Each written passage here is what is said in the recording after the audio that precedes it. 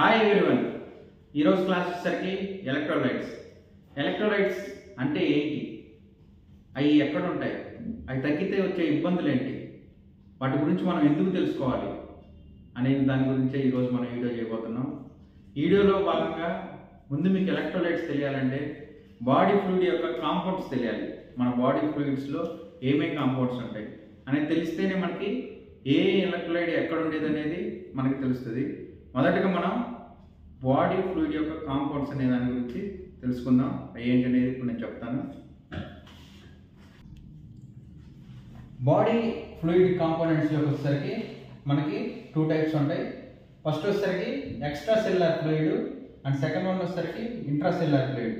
యాక్చువల్గా ఫస్ట్ మనం ఏం చెప్పుకోవాల్సింది ఏంటంటే ఇంట్రా సెల్యులార్ ఫ్లూయిడ్, తర్వాత ఎక్స్ట్రా సెల్యులార్ ఫ్లూయిడ్ చెప్పుకోవాలి. కానీ ఇంట్రా సెల్యులార్ ఫ్లూయిడ్లో ఓన్లీ ఇంట్రా సెల్యులార్ ఫ్లూయిడ్ మాత్రమే ఉంటుంది. ఎక్స్ట్రా సెల్యులార్ ఫ్లూయిడ్లో వచ్చేసరికి కొన్ని డివిజన్స్ వస్తాయి అన్నమాట.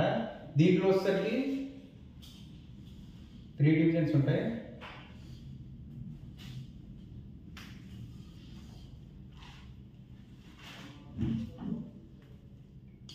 ప్లాస్మా,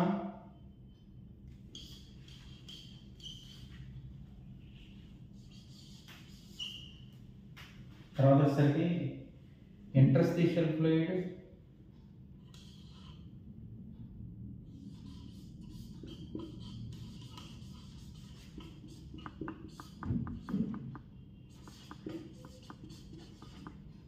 అండ్ థర్డ్ వన్ వచ్చేసరికి ట్రాన్సెల్యులార్ ఫ్లూయిడ్.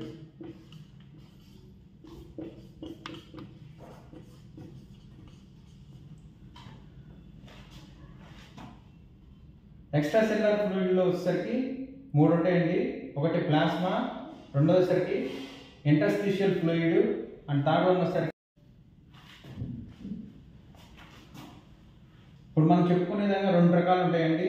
ఫస్ట్ వన్ వచ్చేసరికి ఇంట్రాసెల్యులార్ ఫ్లూయిడ్. ఇంట్రాసెల్యులార్ ఫ్లూయిడ్ అంటే సెల్ లోపల ఉండేదాన్ని మనం ఇంట్రాసెల్యులార్ ఫ్లూయిడ్ అంటాం.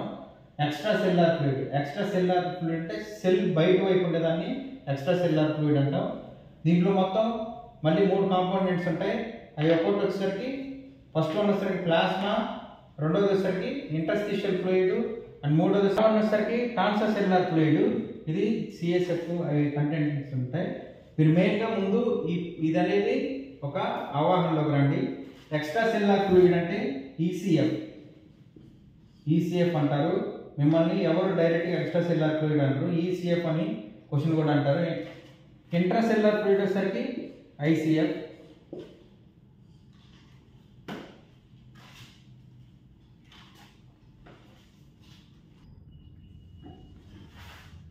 ఇప్పుడు మనం బాడీ యొక్క ఫ్లూయిడ్లో ఉండే కాంపోనెంట్స్ ఏంటో తెలుసుకున్నాం. ఎందుకు ఇది చెప్తున్నాను అంటే ఇదే లెసన్ మీకు మళ్ళీ వస్తుంది. అదే మనం ఏ అయితే ఫ్లూయిడ్స్ ఉన్నాయో అంటే టైప్స్ ఆఫ్ ఫ్లూయిడ్స్లో వస్తాయి.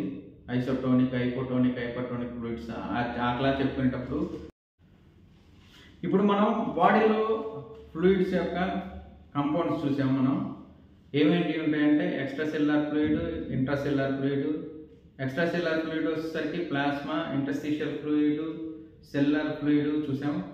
ఇప్పుడు మనం మెయిన్గా బాడీలో ఉండే ఫ్లూయిడ్స్లో ఉండే ఎలక్ట్రోలైట్స్ ఏంటి అనేది మనకి ఈ యొక్క క్లాస్ అనమాట.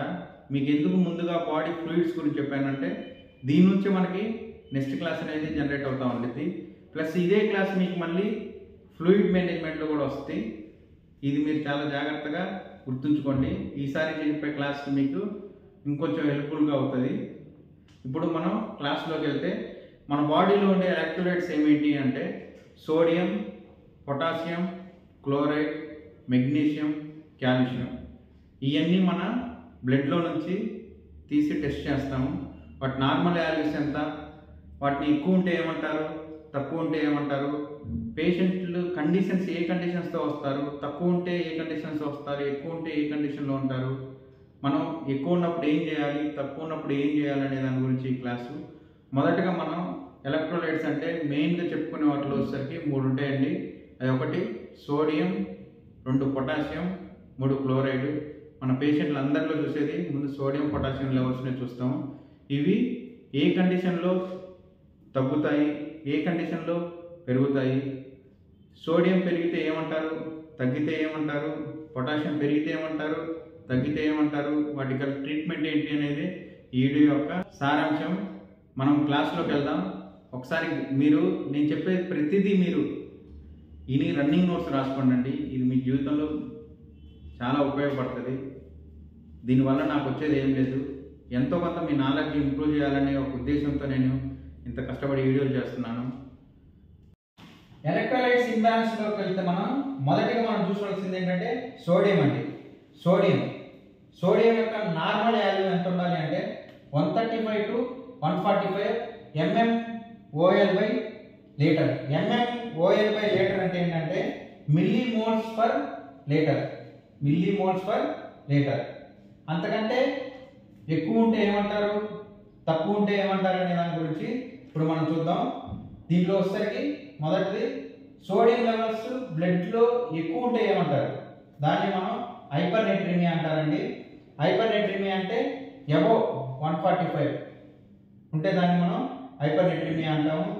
ఇది వచ్చినప్పుడు పేషెంట్ యొక్క కండిషన్స్ చేంజెస్ ఎలా ఉంటాయి అంటే ఫస్ట్ వన్ వచ్చేసరికి బిహేవ్ చేంజెస్ అంటే అబ్నార్మల్ బిహేవియర్ అంటారు. అండ్ సెకండ్ వన్ వచ్చేసరికి లాస్ ఆఫ్ మజిల్ కంట్రోలింగ్ అంటే మజిల్ కంట్రోలింగ్ అనేది మజిల్ స్పాజమ్ అనేది లోకి వెళ్ళిపోతుంటుంది, మజిల్ కంట్రోల్ ఉండదు. అండ్ థర్డ్ వన్ వచ్చేసరికి convulsion seizures. And fourth one వచ్చేసరికి కోమా. ఈ 4 కండిషన్లో ఉన్నాడు పేషెంట్ అంటే అది హైపోనేట్రిమియా యొక్క కాజెస్ వల్ల కావచ్చు. మనం హైపోనేట్రిమియాలో పేషెంట్ ఉన్నారు అంటే ఈ కండిషన్ని మనం మెయిన్గా గుర్తుపెట్టుకోవాలి. వీటికి వచ్చేసరికి ట్రీట్మెంట్లో భాగంగా ఏంటంటే పేషెంట్కి మనం ఆల్రెడీ సోడియం ఎక్కువ ఉంది అంటే సోడియాన్ని మనం తగ్గించే ఫ్లూయిడ్స్ ఇవ్వాలి. ఏం ఫ్లూయిడ్స్ ఇవ్వాలి అంటే హాఫ్ NS అనే ఫ్లూయిడ్ ఉంటుంది మన దగ్గర, అది ఇవ్వాలి. తక్కువ ఉంటే ఏమంటారంటే అండి హైపోనేట్రిమియా అంటే మన decrease levels in the sodium మన బాడీలో 135 కంటే తక్కువ ఉంటే దాన్ని హైపోనేట్రిమియా అంటాము.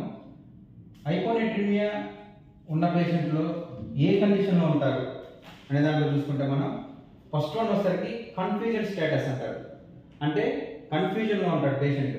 అండ్ సెకండ్ వన్ వచ్చేసరికి ఇరిటేబిలిటీ. అండ్ థర్డ్ వన్ వచ్చేసరికి నాజియా అండ్ వామిటింగ్ కంప్లైంట్లో ఉంటారు. అండ్ ఫోర్త్ వన్ వచ్చేసరికి కన్వల్షన్స్ అంటే సీజర్స్. అండ్ ఫిఫ్త్ వన్ వచ్చేసరికి కోమా. ఈ ఏ కండిషన్లో అయినా హైపోనేట్రిమియాలో ఉండొచ్చు. హైపోనేట్రిమియా అంటే బిలో 135 మిల్లీమోల్స్/లీటర్స్ అంటే తక్కువ ఉంటే దాన్ని హైపోనేట్రిమియా అంటాం. హైపోనేట్రిమియాలో వచ్చేసరికి ట్రీట్మెంట్ వచ్చేసరికి NS ఇస్తామండి. NS అంటే 0.9% NaCl. దీని NS అని అనకూడదు, మనం 0.9% NaCl అని చదవాలి. పేషెంట్కి ప్లస్ 2 హైపోనేట్రిమియాలో ఉన్నాడు అనుకోండి అంటే బాగా తగ్గిపోయింది అంటే బిలో 120 అలా ఉంటే 3% NaCl సెలైన్ ఇస్తాము. దీన్ని మనం ఇన్ఫ్యూజన్ రూపంలో పెట్టుకుంటాం 10 ml 15 ml 20 ml అలా. దీంతో సోడియం అనేది రీప్లేస్ అవుతుంది. ఎలక్ట్రోలైట్స్ ఇంబ్యాలెన్స్లో వచ్చేసరికి అండ్ సెకండ్ వన్ పొటాషియం అనేది 3.5 to 5.5 mmol/లీటర్స్. ఇది నార్మల్ అంటే మిల్లీమోల్స్/లీటర్స్ అంటే 3.5 to 5.5. 3.5 కంటే తక్కువ ఉంటే ఏమంటారు, 5.5 కంటే ఎక్కువ ఉంటే ఏమంటారు అనే దాని గురించి చూద్దాం. ఫస్ట్ మనం 5.5 కంటే ఎక్కువ ఉంటే ఏమంటారు, దాన్నే హైపర్కెలిమియా అంటారు. హైపర్కెలిమియా అంటే increase potassium levels in blood అంటే 5.5 కంటే ఎక్కువ ఉంటే దాన్ని మనం హైపర్కెలిమియా అంటాము. హైపర్కెలిమియా ఉన్న పేషెంట్లు కాజెస్ ఎలా ఉంటాయి కండిషన్స్ అంటే ఫస్ట్ వచ్చేసరికి వీక్నెస్. అండ్ సెకండ్ వన్ వచ్చేసరికి inability to move of muscles. And third one వచ్చేసరికి కన్ఫ్యూజన్స్ అండ్ ఫోర్త్ వన్ వచ్చేసరికి irregularity heart rhythm. Irregularity heart rhythm అనేది దీంట్లో మనం ఎరిథ్మియాస్ అంటాము. పొటాషియంలో వచ్చేసరికి ఎలక్ట్రోలైట్స్ ఇంబ్యాలెన్స్లో ఇది టీ వేవ్ మీద పనిచేస్తుంది. దీని గురించి ఈసీజీలో వచ్చినప్పుడు చెప్తాను.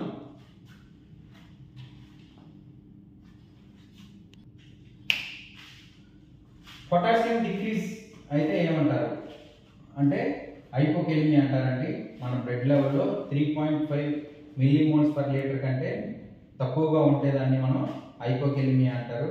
ఈ హైపోకెలిమియాలో అనేది పేషెంట్ కండిషన్స్ ఎలా ఉంటుంది అంటే మజిల్ వీక్నెస్ అంటే ఎలా ఉంటారంటే పేషెంట్లు కనీసం ఒక అడుగు ముందు కూడా వేయలేని పరిస్థితిలో ఉంటారు. అంత తీవ్రంగా ఉంటాయి మజిల్ అనేవి వీక్నెస్ అనేది. అండ్ సెకండ్ వన్ వచ్చేసరికి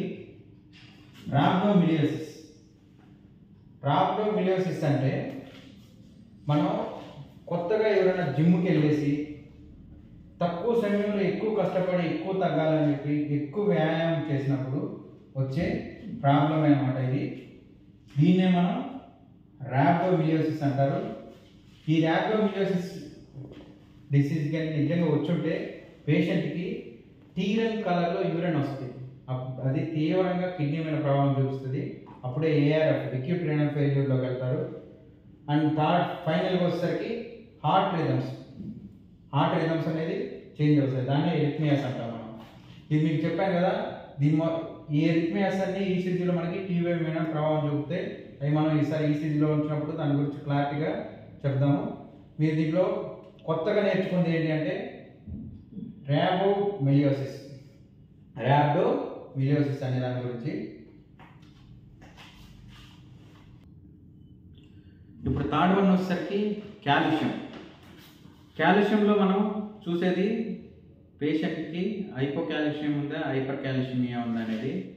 హైపోకాల్షియమియాలో మనకి మన బాడీలో నార్మల్ వచ్చేసరికి 8.5 to 10 ఉంటుందండి కాల్షియం అనేది. అంతకంటే తగ్గితే దాన్ని హైపోకాల్షియమియా అంటారు. ఈ హైపోకాల్షియమియాలో వచ్చేసరికి క్లెమ్స్ వస్తాయి, అంటే ఏళ్ళు పొంగర్లు పోవడం. అండ్ సెకండ్ వన్ వచ్చేసరికి hyper calcaemia.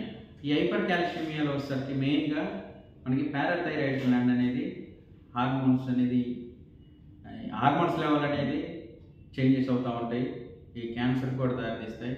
And second one వచ్చేసరికి కిడ్నీలో స్టోన్స్ ఒకటి బోన్స్ మీద దాన్ని ఎఫెక్ట్ చూపిస్తూ ఉంటుంది. మెయిన్గా మనకు కావాల్సిన ఎలక్ట్రోలైట్స్ అనేది ఈ మూడేనండి. మెగ్నీషియం, వీటి గురించి మనం ఈసారి ఎక్లాంసియా కేసు ఆటలలో చెప్పుకున్నాం. మీరు నన్ను సపోర్ట్ చేయండి, లైక్ చేయండి, షేర్ చేయండి, మీ ఫ్రెండ్స్కి ముగ్గురు నలుగురు చేత సబ్స్క్రైబ్ చేయించండి.